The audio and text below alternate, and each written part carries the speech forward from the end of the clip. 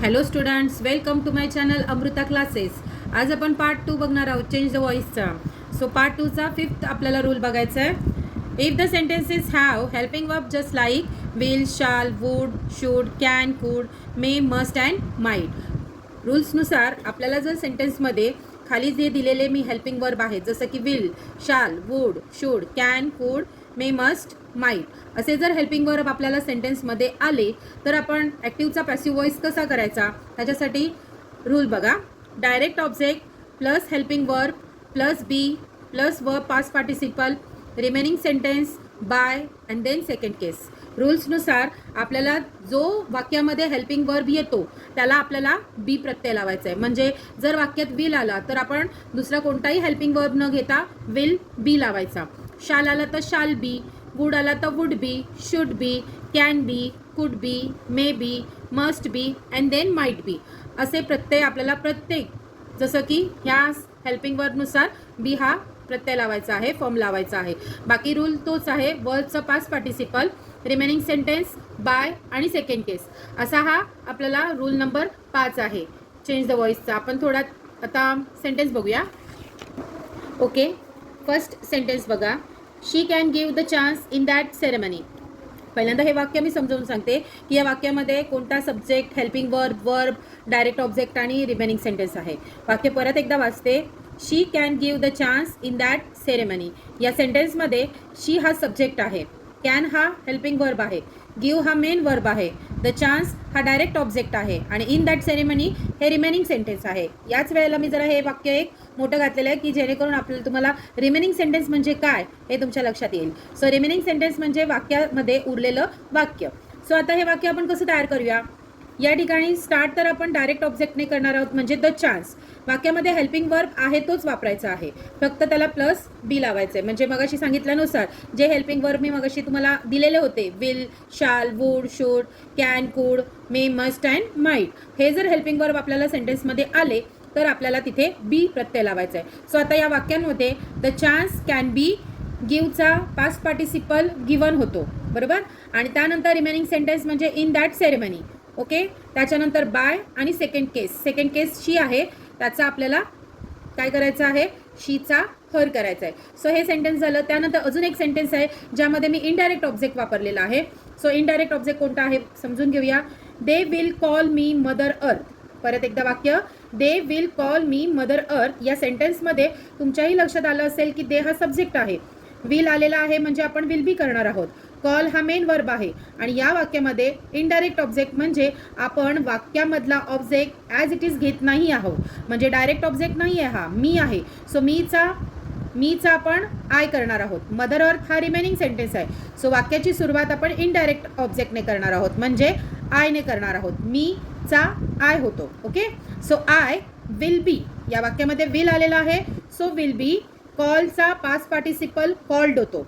Mother earth by, देचा them. Okay, आलं असेल लक्षात तुमच्या की हे सेंटेन्स आपण कसं सोडवायचं. थोडक्यात आपला हा रूल नंबर 6 जो आहे तो सेंटेन्समध्ये जर हेल्पिंग वर्ब मी जे दिलेले आहे ते जर हेल्पिंग वर्ब आले तर त्याला प्लस बी करायचा. ओके, बाकी रूल आपला व्हॉइसचा आत्तापर्यंत जे रूल आहे तोच. तुमच्या लक्षात आलं असेल की व्हॉइस हा हेल्पिंग वर्बवरती असतो, बरोबर. सो हेल्पिंग वर्ब जर आपण योग्य वेळेला योग्य ठिकाणी वापरला तर आपल्याला व्हॉइस अजिबात चुकणार नाही. असंच एक सेंटेन्स आणि असाच एक पुढचा नियम मी सांगते. Okay, rule number 6.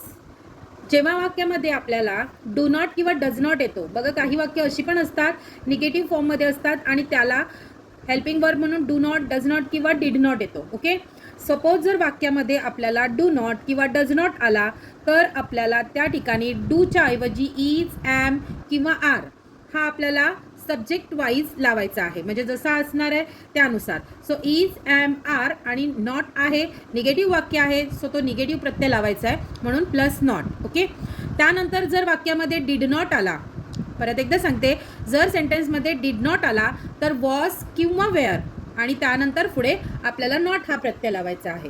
तर आपल्याला डू, डज, डिड तर त्या सेंटेन्समधलं काढून टाकायचं आहे आणि त्याच्या बदली is, am, are, was, were plus not असा प्रत्यय लावून हा व्हॉइसचं वाक्य आपल्याला ॲक्टिव्हचा पॅसिव्ह व्हॉइस सॉल्व करायचा आहे.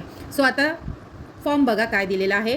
डायरेक्ट ऑब्जेक्ट, त्यानंतर हेल्पिंग वर्ब, त्याच्यानंतर not, verb past participle, remaining sentence, by आणि सेकंड केस. वाक्य आपण घेऊया एक.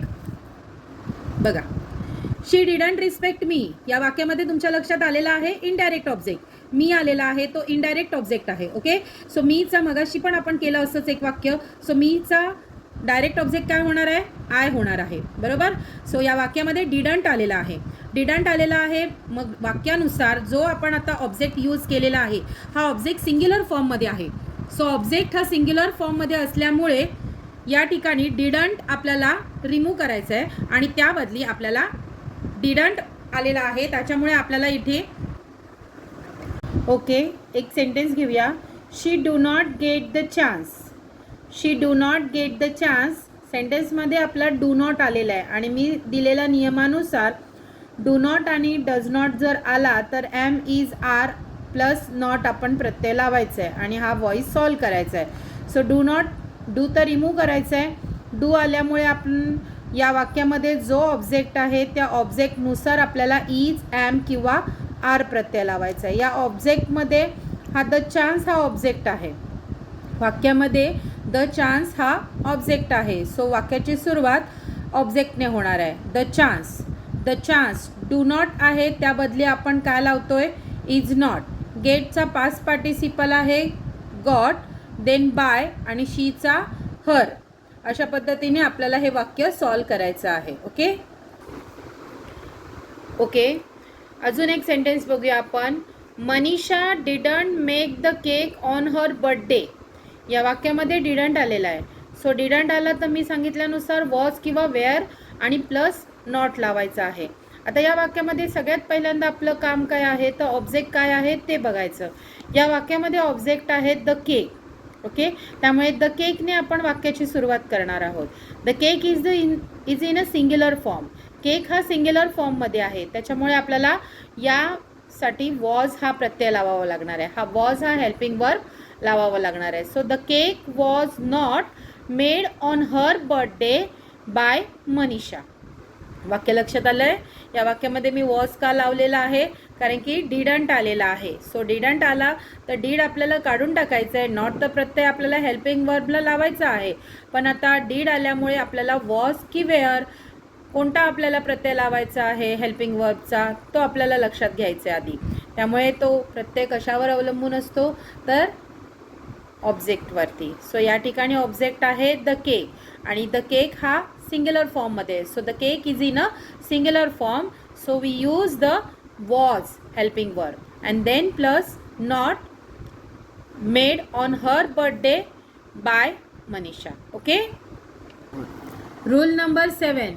Rule number 7 बघा, when the sentence have, has and had, then वाक्यामध्ये जर have, has, had हा जर हेल्पिंग वर्ब आला तर आपल्याला वर्ब वॉइस करताना त्याला बीन प्रत्यय लावायचा आहे. म्हणजे हॅव आला तर हॅव बीन, हॅड आला तर हॅड बीन आणि हॅज आला तर हॅज बीन. बाकी नियम सगळा सेम आहे. जसं की आता एक सेंटेन्स घेऊया.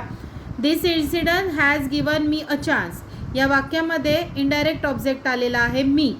सो मीने स्टार्ट होणार आहे म्हणजे आय आपण प्रत्यय लावणार आहोत. सो आय हा इनडायरेक्ट ऑब्जेक्टचा डायरेक्ट ऑब्जेक्ट आपण काय केला? आय. या वाक्यामध्ये हॅज आलेला आहे. सो आय हॅजचा प्रेझेंट फॉर्म हॅव पण होऊ शकतो.